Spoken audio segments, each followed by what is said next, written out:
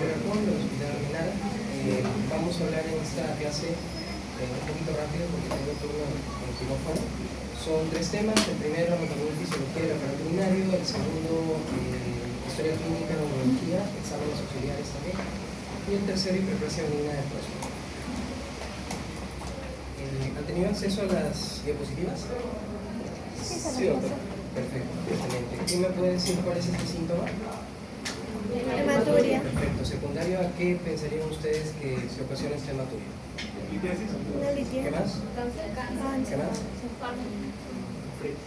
Hiperplasia, peronefritis. Excelente. Muy bien. Muchas gracias. Después de la clase, la idea es comprender la anatomía y fisiología del aparato urinario, explicar la organización estructural y funcional del riñón, analizar brevemente el proceso de formación de la orina, explicar el control nervioso de la micción, conocer síntomas y signos más frecuentes y hablar un poco sobre la hiperplasia benigna de próstata, su diagnóstico, su tratamiento. Esta clase, al ser sobre todo la primera de la anatomía, vamos a tocar someramente algunos puntos. Muchos de ellos van a ser profundizados en sus siguientes clases según la patología tratada. Comenzamos hablando del riñón. Es un órgano par, generalmente de localización retroperitoneal. El peso aproximadamente de 150 gramos y sus medidas varían según el tamaño y peso del paciente, pero aproximadamente de 12 a 14 centímetros de largo por 4 de ancho. Está cubierto por una capa de tejido fibroso conectivo que se llama cápsula de Gerota, y sus relaciones difieren según el riñón que estemos abordando, el riñón derecho, el riñón izquierdo. Tenemos, obviamente, en ambos riñones una relación directa con la glándula suprarrenal ipsilateral en su porción superomedial. Tenemos, en el caso del riñón derecho, una relación con el hígado, una relación con la porción hepática del colon, entre otras, mientras que en el lado izquierdo tenemos una relación con el vaso, con la cola de páncreas también, y con el ángulo esplénico del colon, ¿no? ¿Por qué creen ustedes que es importante saber las diferentes relaciones de los riñones?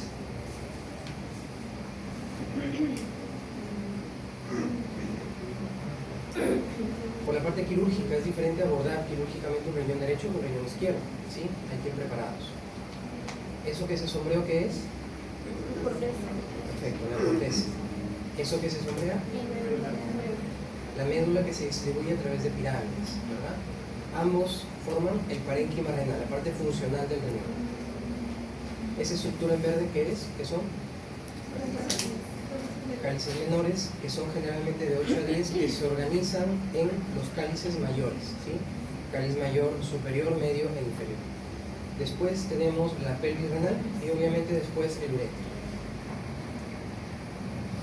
Las funciones de los riñones son sobre todo la excreción de productos de desecho. Hay excreción de urea, producto del metabolismo de aminoácidos, excreción de la creatinina por el metabolismo de creatina muscular. Se excreta también ácido úrico, bilirrubina y algunos productos de las hormonas. El riñón también tiene una función de equilibrio ácido-base, equilibrio hídrico-electrolítico. Tenemos regulación de la presión arterial. Vamos a hablar un poquito sobre el sistema renina-angiotensina-aldosterona. Tiene también una función de producción de eritrocitos por la producción de la eritropoyetina. El 90% de esta hormona se forma en el riñón, en las células intersticiales de los capilares peritubulares.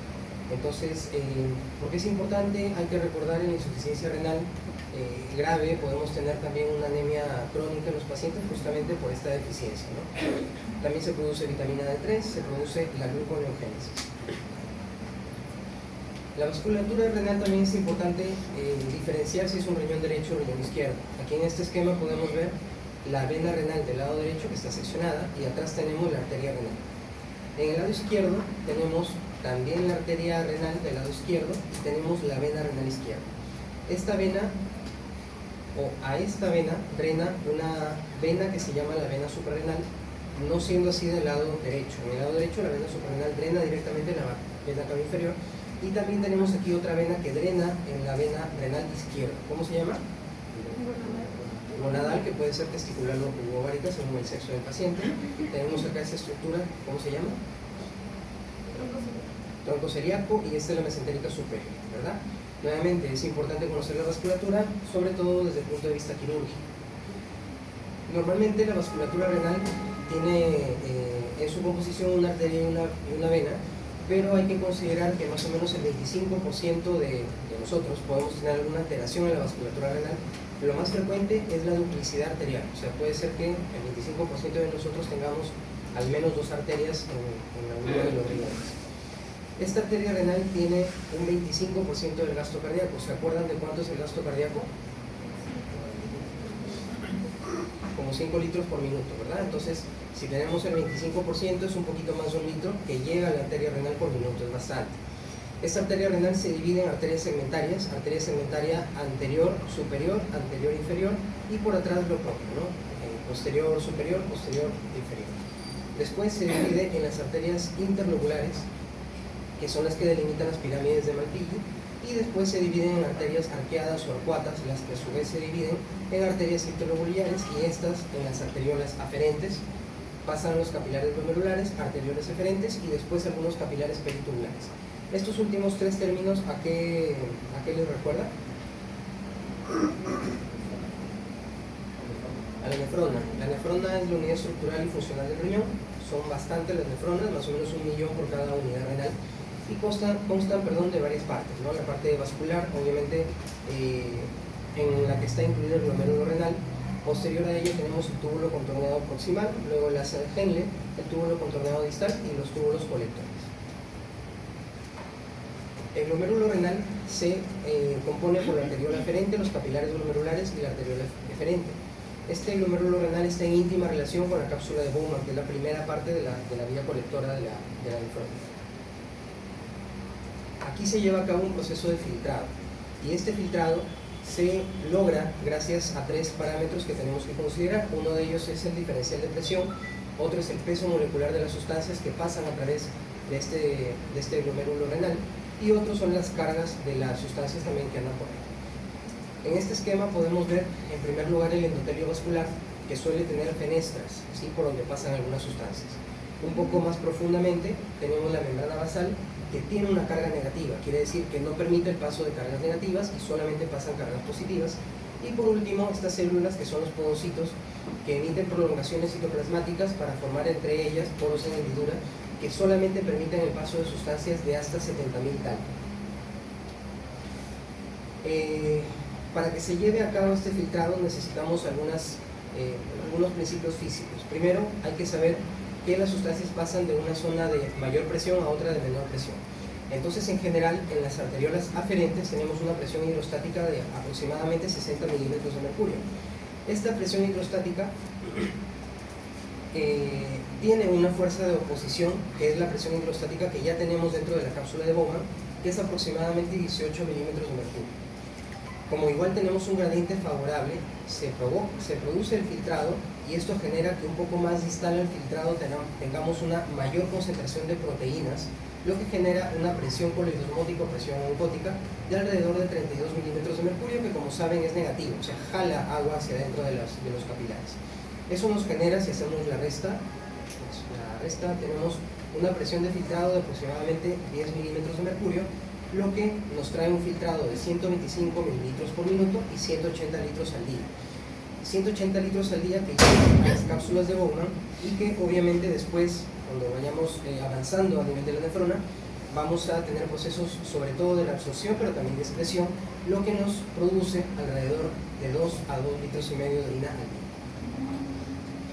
En situaciones normales, a través de esta unión del glomérulo con la cápsula de Bowman, lo que pasa es agua, electrolitos, pasan aminoácidos, pasa glucosa, pasa creatinina, urea y pasa ácido úrico. Lo que no debería pasar son proteínas, eritrocitos, ácidos grasos, que generalmente están unidos a proteínas, y obviamente la presencia de estas estructuras a nivel de la orina nos hace pensar en alguna patología a nivel glomerular, ¿sí?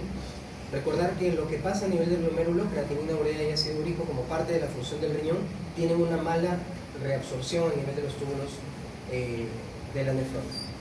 Después de la cápsula de Bowman, pasamos al túbulo contorneado proximal. Aquí sobre todo se va a llevar a cabo una función de reabsorción.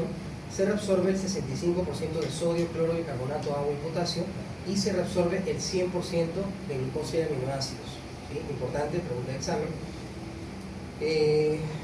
Tenemos también una función de secreción, pero es muy escasa, de ácidos orgánicos, algunos iones de hidrógeno también en algunas bases. Después pasamos al asa de Henle, a la rama descendente, donde se continúa reabsorbiendo agua, urea y sodio, y en la rama ascendente gruesa se sigue absorbiendo sodio, el 25%, se reabsorbe calcio, se reabsorbe magnesio y se secretan iones de hidrógeno, lo que se va a intensificar mientras más lejos vayamos del glomérulo renal. Aquí tenemos sobre todo una función secretora de potasio y hidrógeno, y también el túbulo contorneado distal, muy importante por acción de la hormona. ¿Cuál es esta hormona? Antidiurética. Se produce una absorción de agua y sodio. Esta acción de la hormona antidiurética se mantiene todavía en los túbulos colectores y se presenta también una secreción de iones hidrógeno. Aquí les he traído unas diapositivas. Como tienen acceso, después lo pueden ver en resumen. El sitio de acción, el mecanismo de acción de los diuréticos es importante también. Y sobre todo, si quisiera detenerme en el sistema renina-angiotensina-aldosterona. El esquema que hemos presentado hasta el momento de la nefrona en realidad tiene, obviamente, es en 3 dimensiones. Este glomérulo renal tiene una íntima relación con el túbulo contorneado distal, no necesariamente de la misma nefrona. De tal manera que si hacemos aquí un corte esquemático, podemos tener este túbulo contorneado distal seccionado transversalmente, y aquí vamos a encontrar algunas células que son las células de la mácula densa.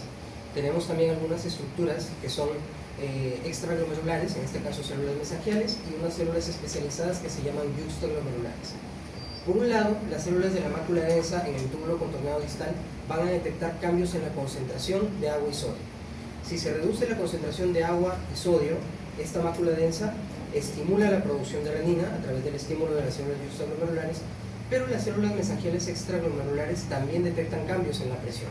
Si disminuye el agua, el sodio y la presión, se secreta renina. Esta renina se encarga de transformar el angiotensinógeno en angiotensina, que se produce en el hígado.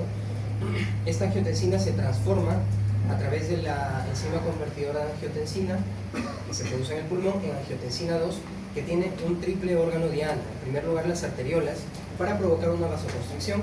En segundo lugar, la hipófisis, para producir hormona antidiurética. Y en tercer lugar, la zona glomerular de la glándula suprarrenal para la producción de aldosterona.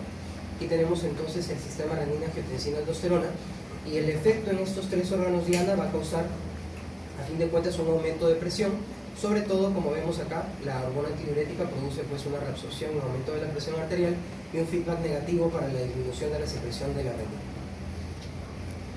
Después de que la orina se produce, sale a través de los túbulos colectores, llega hacia las papilas renales, pasa a través de los cálices menores, mayores, pelvis renal, sigue hacia el uréter. Los uréteres son órganos tubulares de 25 o 30 centímetros de largo y hasta 4 milímetros de diámetro como diámetro menor, ¿sí? Une la pelvis renal con la vejiga y tienen algunas capas. Más en contacto con la orina tenemos la capa uroterial. Este uroterio reviste desde las papilas renales hasta el final de la vía urinaria, no tiene ningún cambio. Después de eso tenemos una lámina propia, después de eso tenemos una capa muscular y más hacia afuera una capa adventicia. ¿Por qué es importante esta capa adventicia en el uréter? Porque a través de ella discurre una red de vasos sanguíneos. El uréter, hay que recordar, la irrigación no es a través de una sola arteria, tiene irrigación que sale a partir de la arteria renal, a partir de la misma aorta, incluso los vasos ilíacos tienen ramas que van hacia el uréter. Entonces, de esta manera, con esta adventicia, con esta red de vasos sanguíneos, se garantiza la perfusión del uréter, ¿verdad? Eso es importante, sobre todo en trasplante. A veces nos han llegado órganos que sacan en otros lugares con toda esta adventicia peladita, entonces el uréter ya no tiene, está muerto. El uréter se divide en varias porciones. Tenemos porción proximal o superior, porción media y porción distal, delimitadas por la articulación sacroiliaca. La porción proximal de la articulación sacroiliaca hacia arriba, uréter proximal, y de la articulación sacroiliaca inferior hacia abajo es el uréter distal. Les hablaba del grosor del uréter porque es importante, porque hay 3 estrecheces que se producen o que todos tenemos de forma fisiológica. Una es cuando inicia el uréter, o sea, cuando la pelvis renal se convierte en uréter, lo que se conoce como unión ureteropiel. Otra estrechez es cuando el uréter pasa por encima de los vasos ilíacos, tenemos otra estrechez.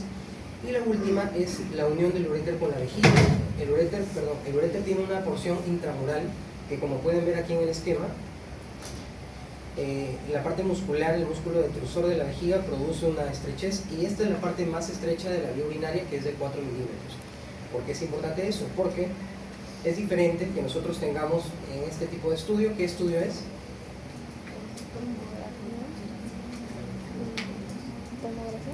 Es una tomografía, en este caso una tomografía sin contraste. ¿Qué corte es? Es un corte axial. En este corte axial podemos ver esta imagen hiperdensa en la unión del uréter con la vejiga, en este caso del lado izquierdo, ¿no? Más o menos que puede corresponderse con este esquema. Entonces, este cálculo, que probablemente mida 3 milímetros, es muy probable que se expulse de forma espontánea si nosotros sabemos que a este nivel el grosor del uréter puede ser de hasta 4 milímetros.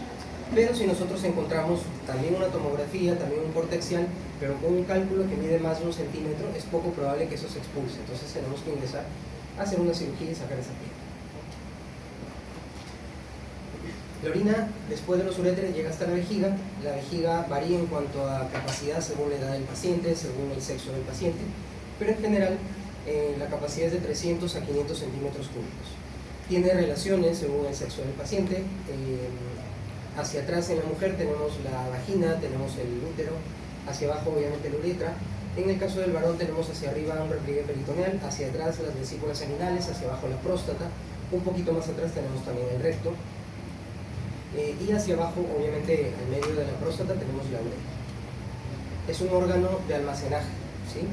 Como les comentaba, también tenemos urotelio, es un epitelio de transición en la vejiga más o menos de 8 capas, un grosor de hasta 8 capas.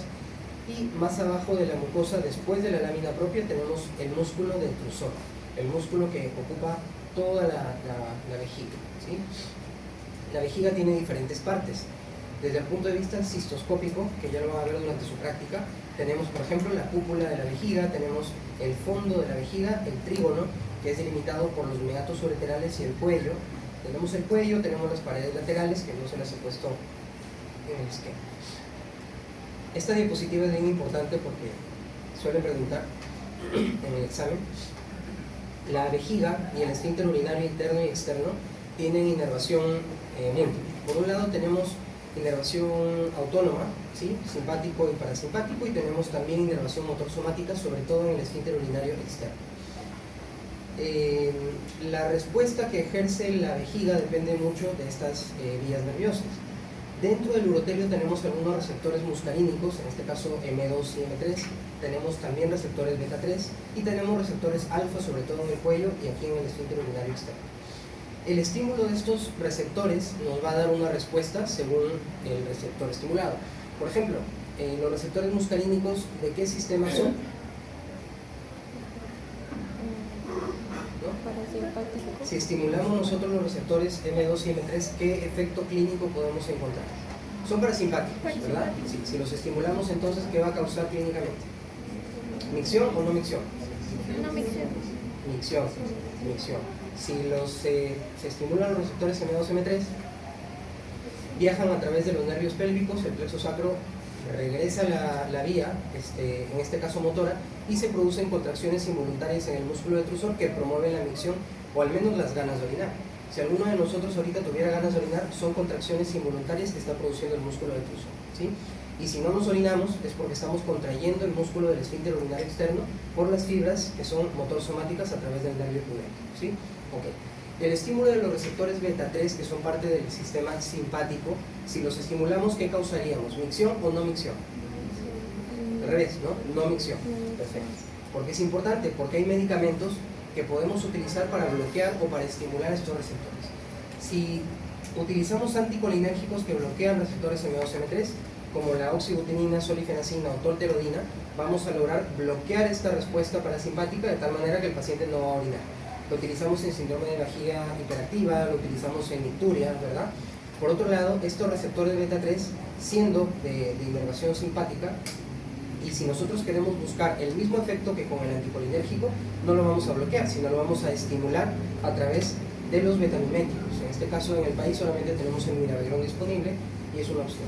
Otro de los medicamentos que utilizamos para la vía urinaria son los alfa bloqueantes, que se encargan de bloquear obviamente los receptores alfa 1 que están por acá y generan pues una relajación para la salida correcta del flujo urinario.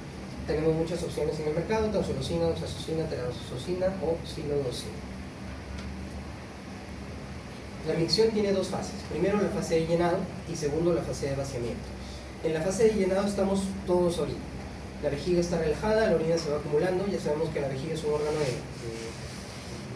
acumulación.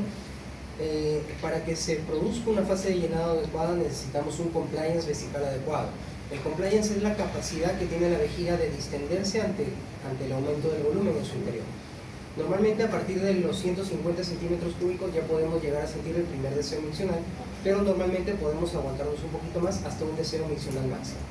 Una vez que las condiciones son adecuadas para una micción, estamos en el baño, estamos relajados, se produce, aparte de la contracción de la vejiga de forma involuntaria, recuerden que es la contracción del músculo detrusor, necesitamos una relajación del esfínter urinario externo. En esta fase de vaciamiento es importante que la contracción del detrusor no alcance los 42 centímetros de agua, de presión. ¿Por qué?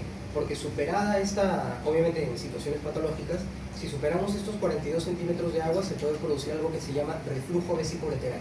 Ese uréter intramural que vieron en el esquema anterior, que está dentro del detrusor, es una válvula antirreflujo. Si aumentamos la presión, vencemos esa válvula y se produce el reflujo y como consiguiente falla de la función renal a mediano o a largo plazo. En esta fase de llenado pueden presentarse algunos síntomas, ¿no? Hablábamos un poquito de la nicturia, pero también tenemos la urgencia, que es la necesidad imperiosa de ir al baño, la polaquiuria o la disuria, que son síntomas irritativos. Por otro lado, en la fase de vaciamiento podemos tener una disminución del calibre del chorro urinario, necesidad de pujar para vencer esa obstrucción, o un tenesmo vesical. ¿Qué es el tenesmo?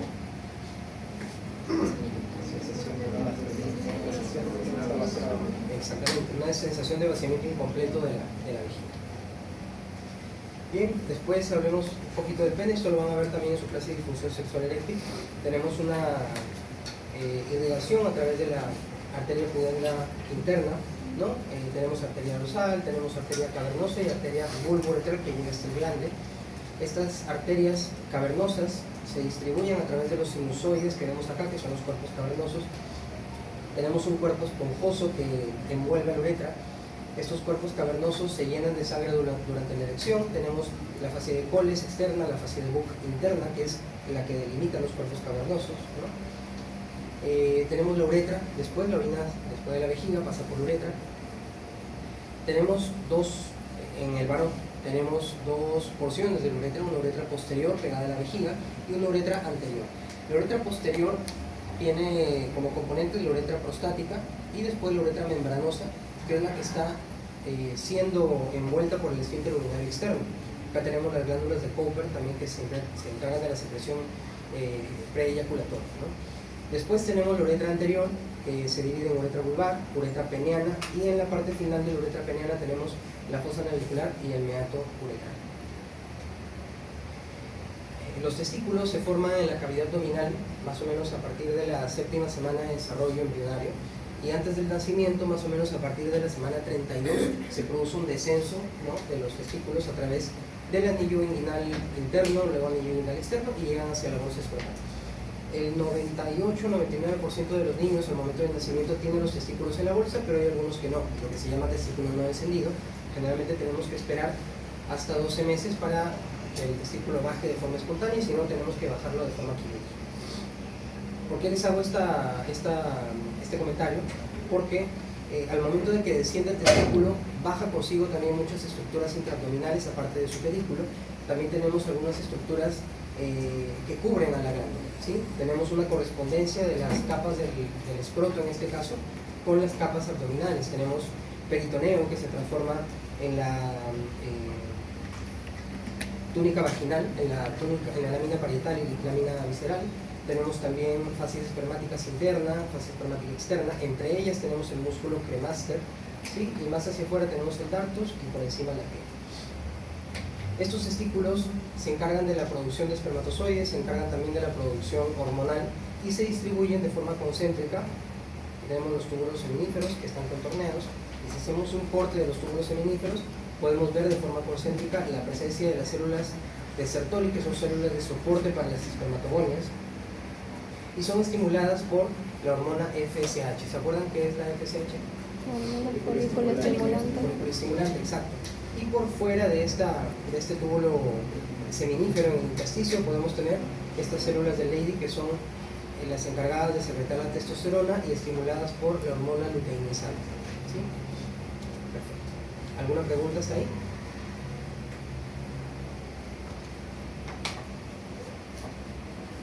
Bien. Como en cualquier especialidad en urología es importante los datos de filiación del paciente, nombre, apellidos, procedencia. Obviamente la edad es importante porque hay algunas patologías urológicas que se presentan en niños, hay otras que se presentan en adultos. En tumores es frecuente ver tumores en jóvenes. ¿Se les viene algo a la cabeza? Neuroblastoma, nefroblastoma, son frecuentes en niños. El tumor de Wilms también. El tumor de Wilms es frecuente del segundo al tercer año de vida. Entonces, si estamos fuera de ese rango, es muy poco probable que estemos frente al tumor de Wilms. De igual manera, los tumores testiculares son frecuentes en la segunda y tercera década de la vida. No está de más una revisión durante el baño, menos una vez al mes, si detectan ustedes algún cambio en cuanto al tamaño, en cuanto a la consistencia del testículo, sería bueno pasar por consulta. Todos los tumores son más frecuentes en urología, son más frecuentes en varones, excepto el tumor de uretra. ¿Sí? Es importante el género también en estos datos de filiación.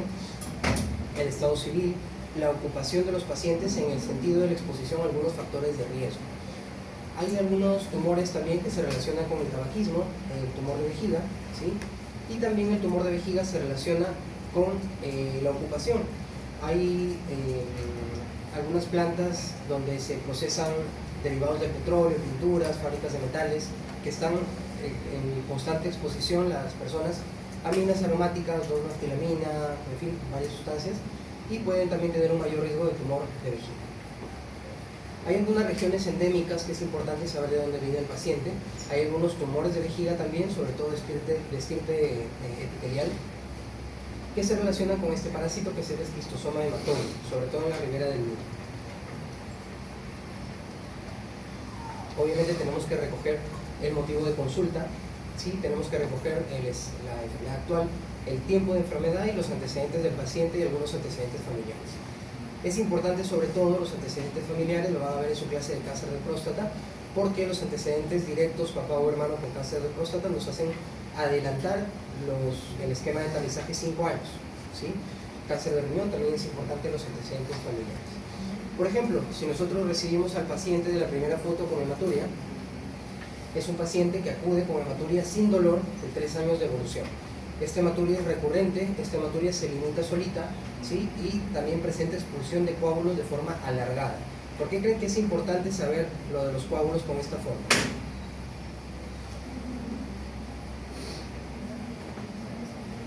¿Por qué creen que un coágulo adoptaría una forma larga, así como un fideíto?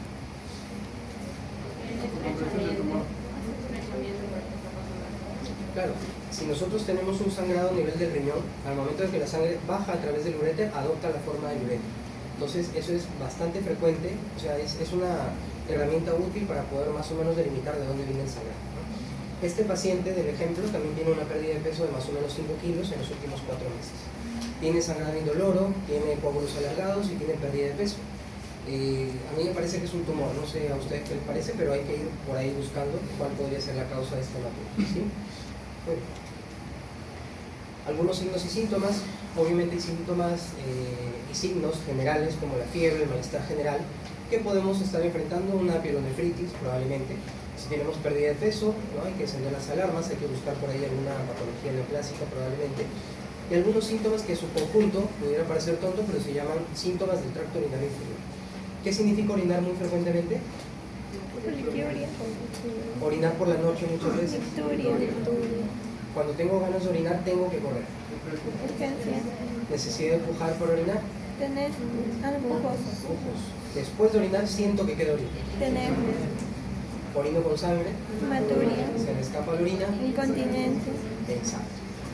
¿Por qué es importante esto? Porque ustedes no le van a preguntar a los pacientes, señor, ¿usted tiene tenesmo? Señor, ¿usted tiene polaquiuria? Probablemente no estén relacionados con los términos, entonces es importante orientar nuestra entrevista según el nivel del paciente, ¿no? Señor, después de orinar, ¿está satisfecho? ¿Se siente bien o siente como que queda un poquito? No, sí siento. Ah, bueno, escriben entonces que el paciente tiene tenesmo, ¿verdad? Otros síntomas y signos, por ejemplo, el goteo postmiccional, un chorro de calibre disminuido, descargo uretral. ¿Qué es un síndrome de descargo uretral? pus, sale pus a través del pene, ¿sí? Bastante frecuente, lo van a ver un montón en sus serums. Un síndrome de descargo uretral es gonorrea hasta demostrar lo contrario. Recuerden que el gonococo suele venir casi siempre con clamidia, y el tratamiento del esquema del Ministerio de Salud recomienda dar un tratamiento para ambos temas, para gonococo y para clamidia. ¿Quedamos para gonococo? Monodosis. Ceftriaxona, con 250 tenemos, ¿sí? Voy a poner 500, ¿no? Por malcriado. Y para la clamidia que tenemos, eritromicina puede ser, pero de primera línea de oxicitina, 100 miligramos cada 12 horas por 7 días, basta. Obviamente el tratamiento a la pareja también. Lesiones genitales, con bastante frecuencia llegan, tengo un granito, tengo una ampolla, tengo una herida, ¿no?, en los genitales. Y obviamente el dolor, importante. El dolor en la vía urinaria puede ser de diferentes tipos, de cualquier nivel: dolor genital en los testículos, dolor en el pene, dolor suprapúbico, dolor lumbar. Y aquí me quiero detener un poco porque el cólico nefrítico, doctores, es el dolor más fuerte que soporta el ser humano, ¿sí? Es incluso, algunos dicen, más fuerte que un parto. Es un dolor tipo cólico, probablemente los hombres no entendemos mucho este dolor, pero es un dolor que va y viene, ¿sí? Es un dolor con escala visual de 10 sobre 10, es un dolor bastante fuerte. Hay que ser empáticos. Si ustedes sospechan, por favor, con un paciente que llega a la emergencia con un dolor cólico nefrítico. Es un dolor que se localiza en la región lumbar, es un dolor que se irradia hacia la zona ipsilateral del flanco, puede llegar hasta genitales, puede llegar a zona medial del muslo. Es un dolor que no calma con el reposo ni se modifica con cambios de posición y esfuerzo físico, ¿sí? Hoy día vimos en la consulta 2 o 3 pacientes con cálculos, pero que llegaban con dolor de tipo somático, o sea, dolores que se modificaban con el esfuerzo físico. Obviamente, al margen de la presencia o ausencia de cálculos, la causa de su dolor va más por esa parte. Entonces es importante para el diagnóstico diferencial. Este cólico nefrítico provocado por un cálculo que está bajando a través de la vía urinaria puede estar acompañado de fiebre, de náuseas, de vómitos o de hematuria. Si es que va raspando el urotelio, obviamente va a haber sangre, ¿no? Es una urgencia médica bastante frecuente. ¿Qué le damos al paciente para calmar su dolor? Vamos. AINES es la primera línea de tratamiento para estos casos. Diclofenaco, ketorolaco, ketoprofeno, ibuprofeno, naproxeno, lo que quiera. El diclofenaco va muy bien, si lo asocian con metamizol va mucho mejor. No den escopolamina, por favor, ¿sí? Hay bastantes especialidades que suelen dar antiespasmódicos. Para estos casos no sirve de nada. En gestantes es difícil tratar un cólico, pueden dar paracetamol, ¿sí? Va bien, va bien. Si no responden a los AINES, si son alérgicos, ¿qué le ofrecen? Opioides, ¿no? De menos a más, tramadol, en fin, petidina, morfina. Muy bien. Pasamos al examen físico, que depende obviamente del motivo de ingreso, motivo de consulta del paciente. Tenemos que ver la apariencia general, los signos vitales, buscar edemas en el tejido celular subcutáneo. Siempre les hago esta historia aquí en la Ricardo Palma, el primer grupo que me tocó hacer la práctica. Les encargué a algunos pacientes postoperados míos y uno llegó diciéndome que el paciente estaba con la presión muy baja, con taquicardia, ¿no? Y la paciente estaba cayendo en un shock séptico, ¿no? No estaba ni siquiera monitorizada. Entonces la pasamos a UCI, obviamente la paciente salió, pero es importante estar pendiente del paciente, ¿no? Si el paciente se ve mal, hay que hacer algo por él, ¿no? Hacerle exámenes, obviamente monitorizar, hidratar, en fin, rebotar antibióticos, lo que haga. Hay que palpar, ¿sí? La palpación abdominal es importante. Es importante identificar algunas cicatrices, ¿sí? Me ha pasado, este es un caso de un paciente que los residentes me dijeron que no tenía antecedente quirúrgico y le habían abierto el riñón a la mitad, hace como 20 años. Entonces, eso dificulta pues el manejo quirúrgico posterior y hay que estar preparado, ¿no? Masas abdominales hay que buscar, ¿no? Tenemos una triada clásica de hace mucho tiempo que afortunadamente ya no se ve: hematuria, dolor abdominal y masa palpable. ¿Qué piensan ustedes que puede significar? Una ablación. ¿De dónde? Exacto. Esta triada clásica, hematuria, dolor abdominal y masa palpable, es la triada clásica del tumor renal. Hace tiempo era la forma en que se diagnosticaba un tumor renal, obviamente ya muy tarde, ¿no? Actualmente hay que recordar que el 70% de los tumores renales se diagnostican de forma incidental. Tengo un cólico porque comí, no sé, mucha grasa, lo que fuera, y me hacen una ecografía y encuentran un tumor, ¿no? Hay que descartar la presencia del globo vesical. Si el paciente dice, doctor, no puedo orinar, hay que palpar, ¿sí? Hay que ver, hay una masa renitente dolorosa por encima del pubis, ¿no? Puede incluso superar el nivel del umbilical, que hay que palpar. Obviamente, si el paciente me dice, por ejemplo, que tengo un granito en el pene, hay que examinar los genitales, ¿no? Diagnósticos diferenciales. ¿No? Condiloma, sí, excelente. ¿Algo más? ¿No? Neoplasia. Es una neoplasia maligna, esto es un tumor, ¿sí? Es un tumor de pene. El tumor de pene es más frecuente en el glande y en el prepucio, ¿sí? Pero el diagnóstico diferencial, exacto como dijo su compañero, es, por ejemplo, los condilomas. Esto hay que biopsiarlo, lo más seguro es que sea un tumor en el pene. Tenemos esta prueba también que se llama transiluminación. Estos son obviamente genitales de un niño menor de 2 años, en el que su mamá nos dice que cada vez que llora, cada vez que puja, ¿no? Se le hincha el escroto, ¿sí? Entonces nosotros hacemos esta prueba, le colocamos una linterna por detrás de los genitales y se ve que transilumina. ¿Esto es positivo en qué patología?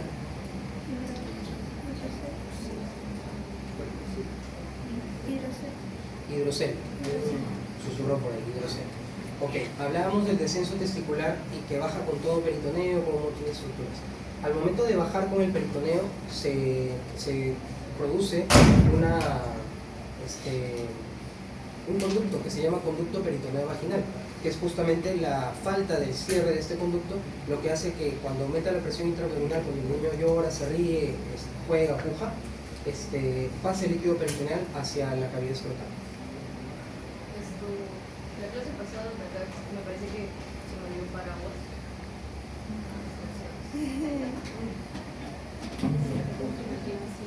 Entonces, esta transiluminación positiva nos habla de que hay un hidrocele, hay líquido a nivel de cavidad escrotal, y también nos descarta la presencia de hernias, porque a través de este conducto peritoneo vaginal puede salir también contenido intestinal hacia el escroto. Muy bien. Cuando tenemos, por ejemplo, dolor testicular como motivo de consulta, tenemos que evaluar los genitales, obviamente, y tenemos un signo de Prem. ¿Alguien sabe qué es el signo de Prem? ¿No lo han leído por ahí? El signo de Prem consiste en levantar el testículo, y el signo de Prem es positivo cuando al levantar el testículo calma el dolor, ¿sí? Eso nos habla de orquiepididimitis, que es una de las causas más frecuentes de dolor testicular. Otra de las causas frecuentes es la torsión testicular. Si yo hago el signo de Prem y al paciente le duele más, me habla de que no es una orquiepididimitis y probablemente sí sea una torsión, ¿sí? Signo de Prem. Obviamente, hasta por cuestiones legales, ante todo dolor testicular tenemos que hacer una ecografía. La ecografía es un 98% sensible y específica para patología escrotal y no hay que dejar de indicarla, está ampliamente disponible, ¿no? Puede incluir también la evaluación ganglionar, el examen físico. Estos tumores a nivel del pene específicamente produce en primer lugar un compromiso ganglionar inguinal externo, luego inguinal interno y luego pelo, pero tiene que haber pasado por la zona inguinal y hay que palpar. Si tenemos tumores testiculares, hay que recordar que los tumores testiculares no tienen un drenaje ganglionar hacia la zona inguinal, sino hacia la zona retroperitoneal, ¿ya? Yo he llegado a ver algunos pacientes en los que el compromiso ganglionar en un tumor testicular era tal que pasaba la zona retroperitoneal, llegaba a la zona mediastinal, incluso se podían palpar ganglios a nivel supraclavicular y axilar. Entonces, no hay que dejar de examinar al paciente porque a veces encontramos cositas. Bien, la hematuria es un síntoma, como saben, muy frecuente. Ya me dijeron bastantes causas infecciosas, ¿no? Pielonefritis, incluso cistitis, presencia de cálculos, tumores a cualquier nivel, tumores de riñón, de uretra, de vejiga, de próstata. Puede ser con dolor o sin dolor, con coágulos o sin coágulos. Seguimos como parte del examen físico el tacto rectal. Tengan cuidado con el tacto rectal, hay que hacerlo. Es parte del tamizaje para diagnóstico precoz de cáncer de próstata de los 50 a los 75 años, ¿sí? Este tacto rectal, como les dije, tiene algunas particularidades que deberíamos adelantarlo a partir de los 45 años si tenemos papá o hermano con cáncer de próstata o el paciente es afrodescendiente, ¿sí? Comenzamos a los 45 años. Con el tacto rectal nosotros podemos identificar varias características. En primer lugar, el tamaño de la próstata. Generalmente la próstata es de 2x2, de 2x3, ¿no? Pero podemos encontrar próstatas de 6x6, de 6x7 centímetros, ¿no? La consistencia es importante. La consistencia puede ser fibroelástica de la próstata, que es completamente normal, puede ser fibromuscular también, pero no debería ser pétrea, ¿no? Como uno podría palpar la frente, ¿no? tenemos que identificar la presencia de nódulos. Si ustedes ven, dentro de la próstata están tocando la superficie inferiormuscular y de pronto encuentran algo similar a un nudillo, ¿no? Eso es la presencia de un nódulo. Tenemos que evaluar la presencia de dolor. El tacto rectal normalmente no duele, suele ser molesto, pero no duele. Los bordes de la próstata son importantes, porque si tenemos un cáncer de próstata que se ha extendido de forma a órganos adyacentes, obviamente los bordes pueden ser no palpables, y esta extensión puede darnos también una próstata inmóvil en el momento del examen, ¿no? La próstata normalmente es susceptible a que nosotros podamos movilizarlo un poco. A la mitad de la próstata tenemos un surco mediano que podemos identificarlo también en algunas situaciones, y esto es lo que se ve con el tacto rectal. Obviamente esto no puede ser evaluado con ecografía, ni con tomografía, ni con resonancia, por eso es que el tacto todavía tiene vigencia en nuestros días, ¿sí? Exámenes auxiliares para los pacientes. Obviamente si sospechamos una infección, un hemograma nos dará pues, leucocitosis, desviación izquierda, nos podemos ayudar de un sedimento urinario. Si tenemos leucocitosis, esterasa leucocitaria y nitritos positivos. Con una paciente en la que sospechamos cistitis, urgencia, tenesmo, colaquiuria, lucturia, ya podemos tener por ahí un diagnóstico. El urocultivo es sumamente importante.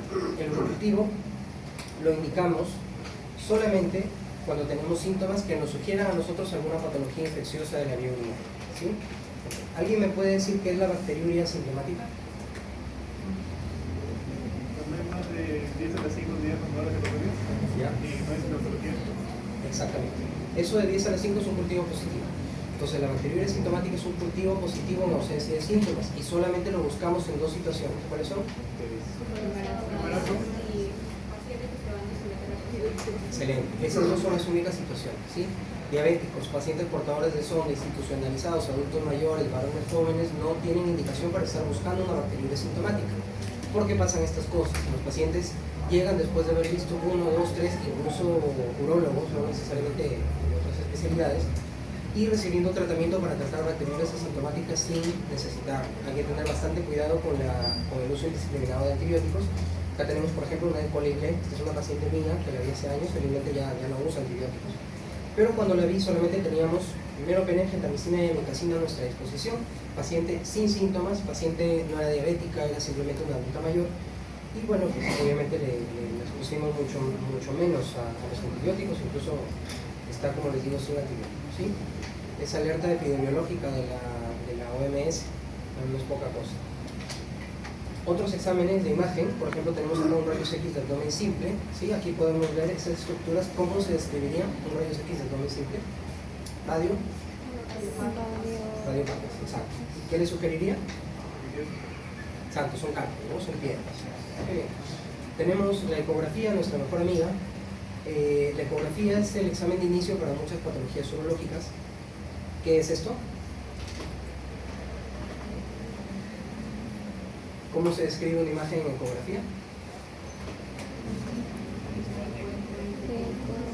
Eco, hiper, hipoecogénico. Ecoica o ecogénica, ¿verdad? En este caso, esto es una vejiga que se ve como una imagen hipoecogénica, ¿verdad? Porque se ve oscuro. Muy bien. ¿Y qué es esto redondito?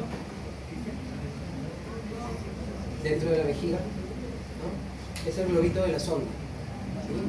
Y acá como pueden ver la sonda y esto es la próstata, ¿no? ¿Sí? ¿Qué es esto? También una imagen hipocogénica, ¿sí? De la vejiga. Y acá tenemos algunas imágenes hiperecogénicas que generan sombra acústica posterior, ¿sí? Esto negro que se ve es la sombra acústica posterior. ¿Qué puede ser? Litiasis en la vejiga, excelente. Acá tenemos también una vejiga, una imagen hipocogénica. Y acá tenemos una imagen hiperecogénica que si le aplicamos el Doppler tenemos vascularidad, ¿no? ¿Qué le sugeriría? Exacto, tumores. ¿Qué tenemos acá? ¿Qué es esto?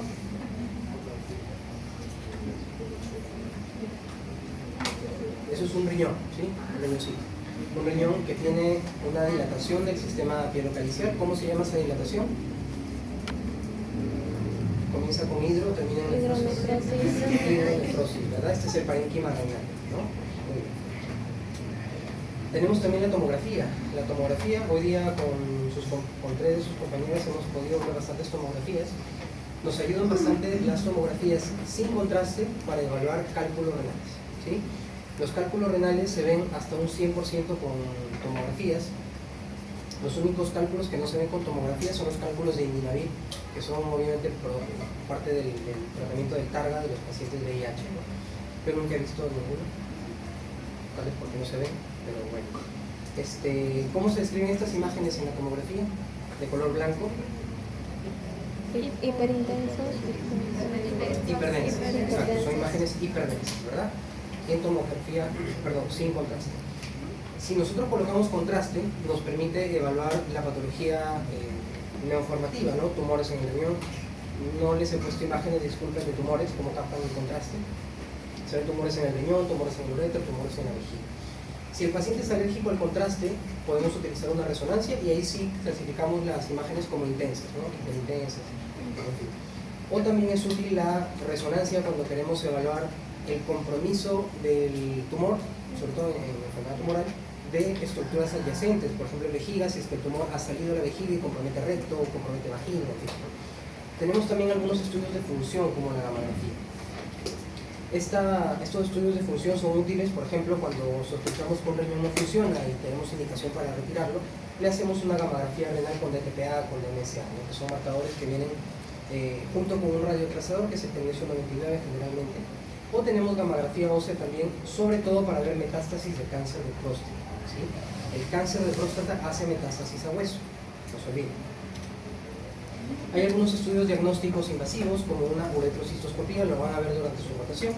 Esta es una uretrocistoscopía, la mucosa es el urotelio, y ahí pueden darse cuenta que hay algunas estructuras que parecen como raíces de árbol, pequeñitas, sutiles.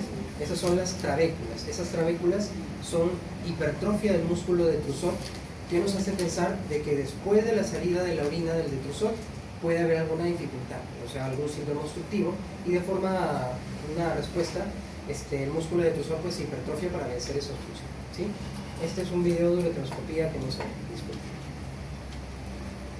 También tenemos otros estudios invasivos también como la pielografía.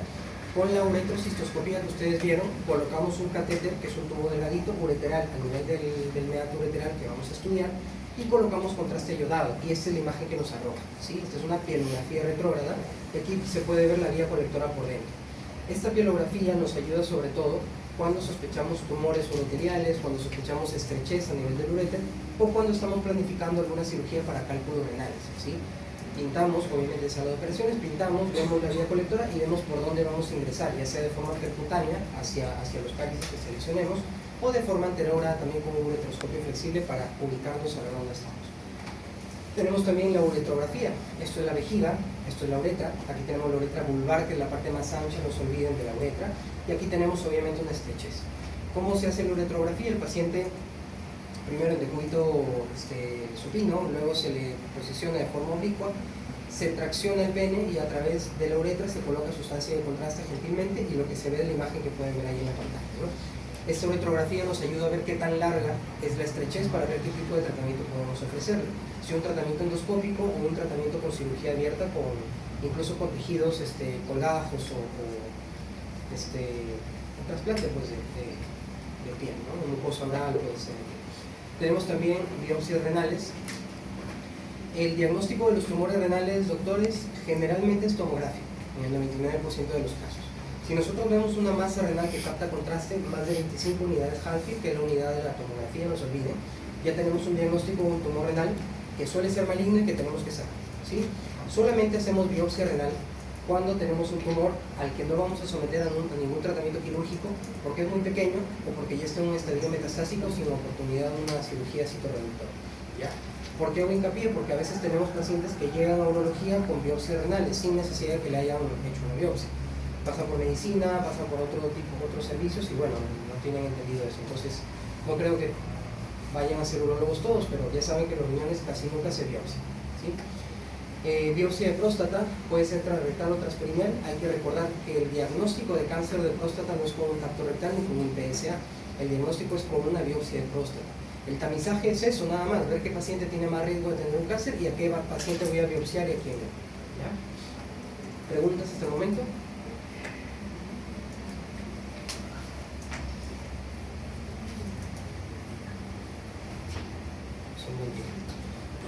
Hablemos un poco de la hiperplasia benigna de la próstata.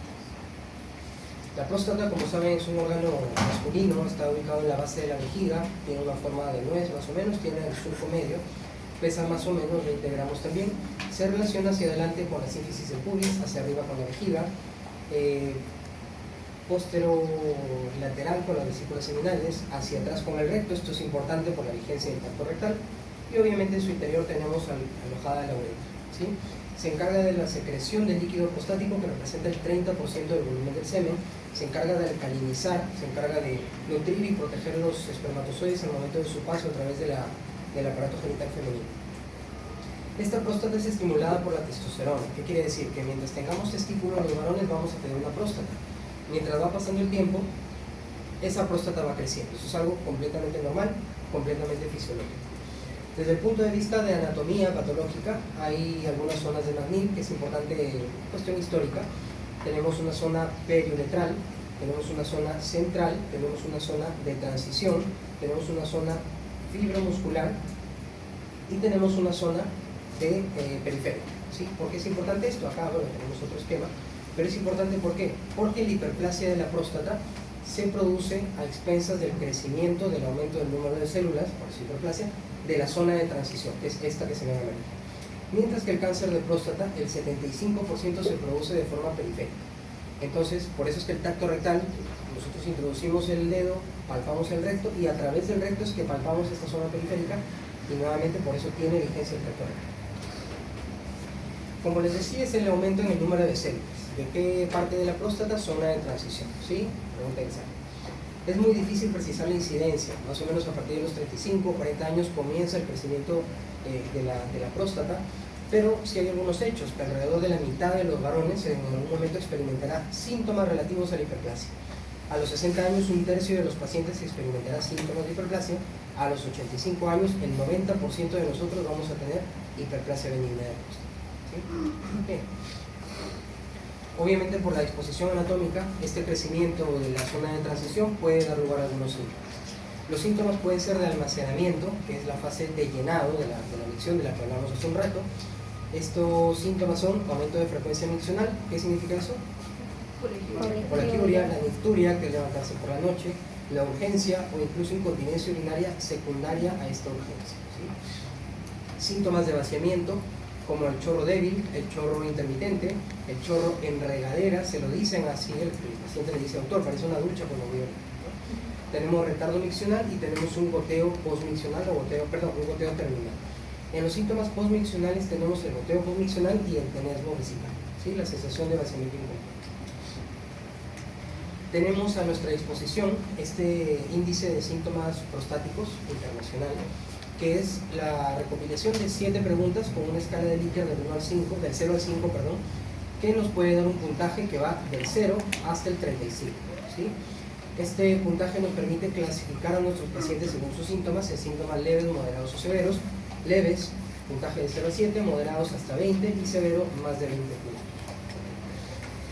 Hay algunos otros síntomas, bueno, este score del IPSS no lo hacemos en consulta por cuestión de tiempo.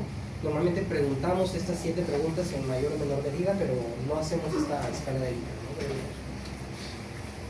¿no? Otros síntomas relacionados al crecimiento de próstata tienen que ver mucho, por ejemplo, la hematuria recurrente, con que el crecimiento de las células en hiperplasia también viene a expensas de un crecimiento de neovascular, de neovasos. Entonces esos neovasos pueden llegar a sangrar. Entonces podemos tener hematuria recurrente. Podemos tener pacientes con cistitis a repetición, podemos tener adultos mayores con orquiepididimitis a repetición y podemos tener pacientes que llegan ya con una sonda, con una retención aguda de orina. En el examen físico, si el paciente dice que no puede orinar, hay que palpar, hay que buscar un globo vesical. Si el paciente dice que le duele un testículo, hay que examinar, ¿no? Buscamos orquiepididimitis, hacemos signo de PREM. ¿Le calmó el dolor? Sí. Puede ser orquiepididimitis entonces, ¿sí? El tacto rectal obviamente también hay que hacerlo. Estos pacientes que tienen síntomas urinarios ya tienen un crecimiento y generalmente están en el intervalo de edad que les comentaba de 50 a 75. Precisar el tamaño, la movilidad, la consistencia.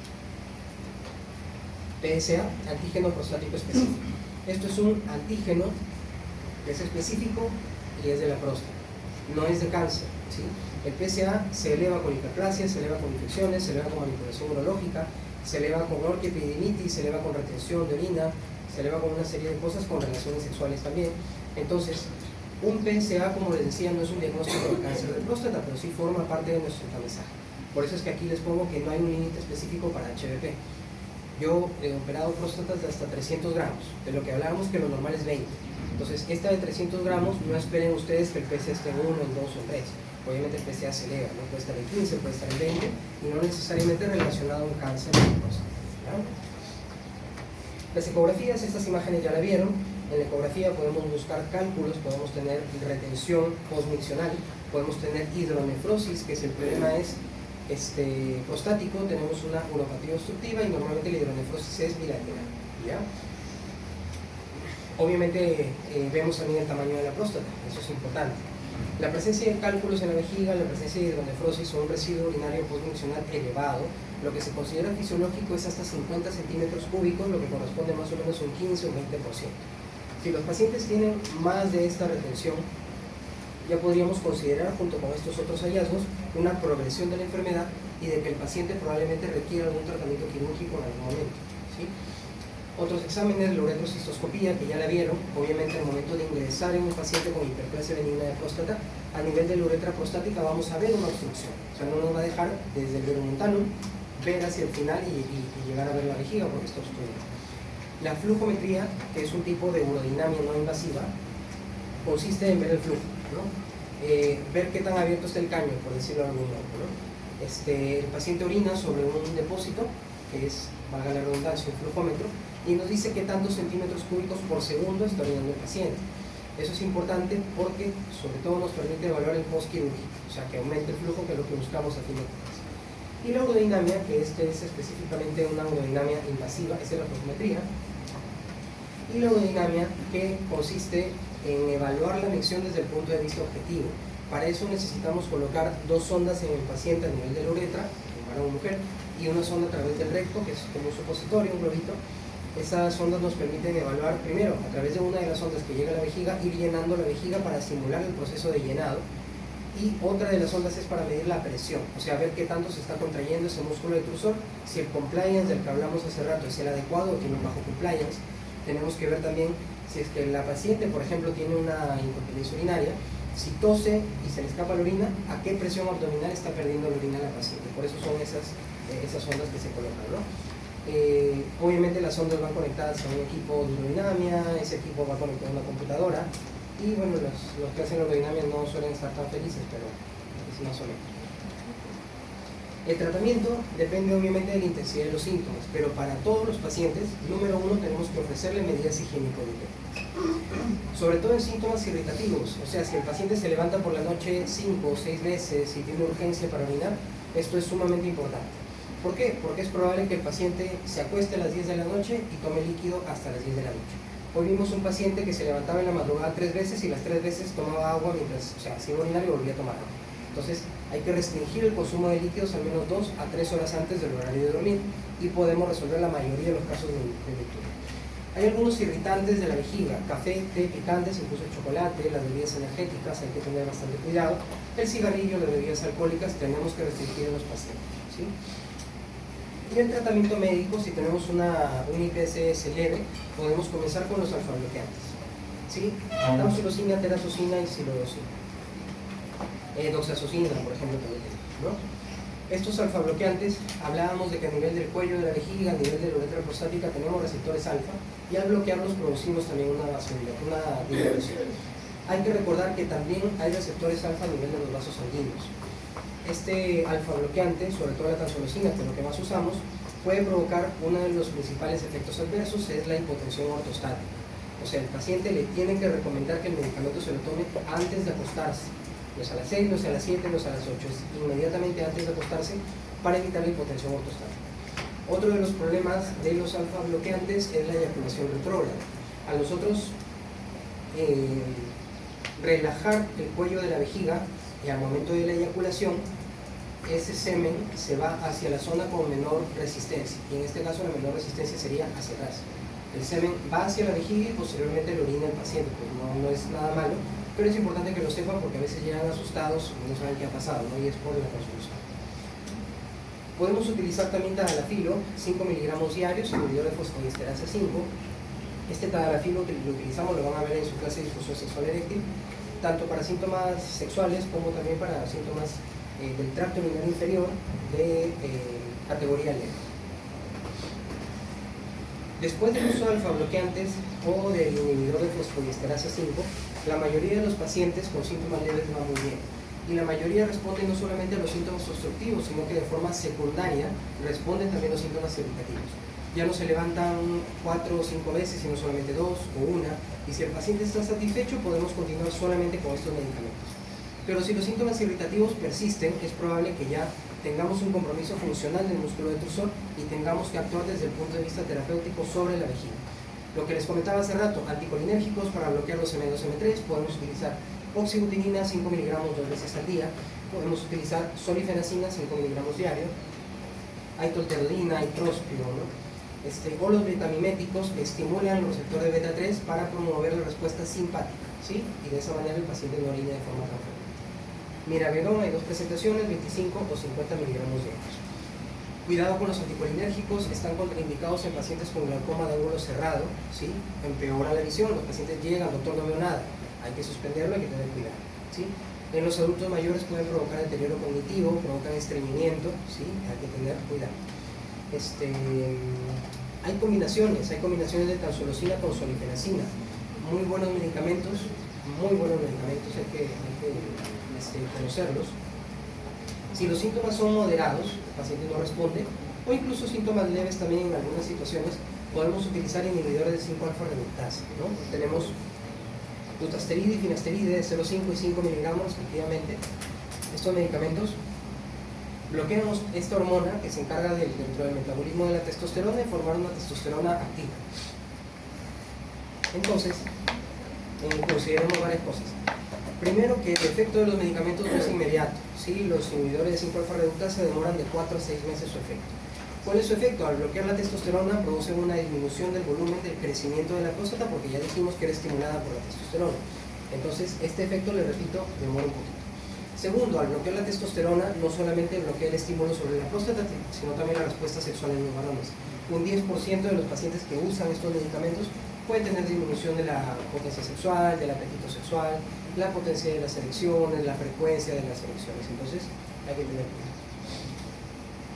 Existen indicaciones quirúrgicas, hablábamos de algunos signos ecográficos de progresión de enfermedad, como la retención patológica, la hidronefrosis o los cálculos. Pero los pacientes que llegan con sonda, que se hacen retención de forma recurrente, los pacientes que sangran de forma recurrente, los pacientes que tienen un problema inflamatorio, infeccioso de los testículos de forma recurrente, o la falla al tratamiento médico, tenemos que proponerles un tratamiento quirúrgico. Este tratamiento quirúrgico varía según el tamaño de la próstata. Antiguamente teníamos nosotros solamente 2 opciones terapéuticas, pero ahorita hay muchas más. Si la próstata, por ejemplo, no pesa más de 80 gramos, que eso lo vemos con la ecografía, con la uretrocistoscopía y con el tacto rectal, podemos ofrecerle una RTU o resección transuretral de la próstata con energía monopolar, ¿sí? Esta energía monopolar utiliza el sistema de irrigación es con líquidos que son hiposmolares. Podemos utilizar glicina o agua destilada para esta resección. Y el hecho de que limitemos esta cirugía a próstatas relativamente pequeñas es por el tiempo de la cirugía. Si nosotros estamos resecando una próstata con estas sustancias que son hiposmolares, van a entrar esas sustancias al torrente sanguíneo a través de los sinusoides venosos del paciente y pueden provocar algunas alteraciones metabólicas. Antiguamente teníamos lo que se conocía como síndrome post-RTU, próstatas muy grandes en el que nos pasábamos resecando, usábamos 30, 40, 50 frascos de agua destilada o litros de glicina y el paciente podía llegar hasta diálisis, ¿no? Entonces hay que tener cuidado. Actualmente tenemos también una RTU pero con energía bipolar. Esta energía bipolar nos permite utilizar sustancias isosmolares, cloruro de sodio. Obviamente son más amigables con el paciente, si es que ingresan al torrente sanguíneo no tienen tantos cambios, pero hay que tener también bastante cuidado. Y las próstatas mucho más grandes, obviamente tenemos la opción quirúrgica abierta, se llama prostatectomía simple, puede ser transvesical, puede ser retropúbica según la escuela. Nosotros en el hospital nos han formado con una transvesical. Y hay que tener en cuenta que cualquiera que sea ese tratamiento quirúrgico, esto es importante para sus papás, sus tíos, sus abuelos, ustedes mismos en algún momento, cualquier tipo de cirugía que se hace a la próstata por enfermedad benigna de próstata no es una cirugía radical, quiere decir que no sale toda la próstata. La cirugía es desobstructiva. siempre dejamos nosotros la parte periférica de la próstata, que es la cápsula prostática. No es una cápsula anatómica, es algo más que nada quirúrgico. Y esa cápsula de la próstata nos permite mantener la continencia del paciente, porque se quita la cápsula, está el esfínter urinario externo, o sea que el paciente no pierda orina después de la cirugía, al toser, al pujar, al estornudar. Y por otro lado también, por fuera de esa cápsula tenemos bandeletas neurovasculares que permiten una erección pues, satisfactoria. Entonces el paciente, después de cualquiera de estas cirugías, no debería tener ni incontinencia ni impotencia sexual. Lo que sí no va a tener es eyaculación, porque ya el gran volumen prostático está o resecado o enucleado con cirugía abierta. A partir de la cápsula prostática, que siempre queda después de cirugía de próstata por enfermedad benigna, puede desarrollarse cáncer de próstata. ¿Qué tanto? Igualito, la cirugía no disminuye ni aumenta el riesgo de cáncer de próstata. Nos ha pasado con cierta frecuencia pacientes que llegan a los 75 años con 2000 de PSA. ¿Por qué? Se operaron 15 años atrás de una cirugía y pensaban que ya no tenían próstata, entonces no volvieron a hacer sus chequeos oportunos. Bastante cuidado. Actualmente, con el desarrollo tecnológico, tenemos otras opciones. La que está más de moda y la que aparentemente va a ser el nuevo gol estándar para el manejo de la próstata es la enucleación prostática por láser Holmium. Es una cirugía endoscópica, es una cirugía con menor tiempo de recuperación, menor uso de sonda postquirúrgico y menor sangrado. Es una buena cirugía, lo malo es que actualmente está pues, mucho más caro todavía, pero es independiente del volumen de próstata. Próstatas pequeñas, medianas o grandes son susceptibles de ser tratadas con enucleación prostática con láser. ¿Sí? ¿Preguntas? Listo, muchas gracias.